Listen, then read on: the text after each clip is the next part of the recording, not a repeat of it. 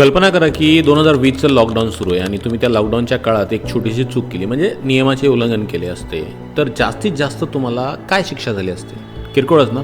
पण शिक्षा म्हणून जर तुमचा जीव घेतला असता तर ही गोष्ट पचण्यासारखी आहे का? पण दुर्दैवाने ही घटना खरी आहे.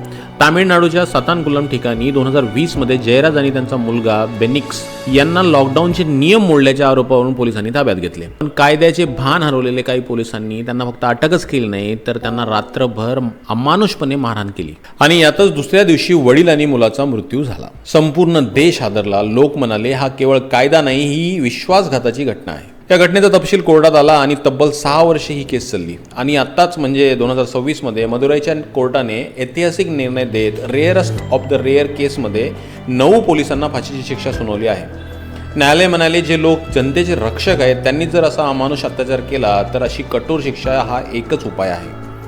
ही शिक्षा केवळ 2 व्यक्तीचा न्याय नाही, तर सर्व लोकशाहीसाठी इशारा आहे. जेव्हा पोलीसच अशा अन्यायाचे कारण बनतात तेव्हा समाजातील विश्वास धोक्यात येतो.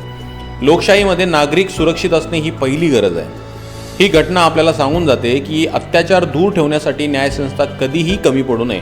पण सर्वात महत्त्वाचे की प्रत्येक नागरिकाचे हक्क सुरक्षित ठेवणे हा आपल्या लोकशाहीचा पाया आहे. आज न्यायालयाने फाशीची शिक्षा दिली, पण खरी यशस्वी लोकशाही तेव्हाच आहे जेव्हा कोणालाही अशा वेदना सहन कराव्या लागू नयेत. न्याय उशिरा का होईना पण मिळाला, पण विश्वास कायम ठेवणे हेच आपले कर्तव्य आहे.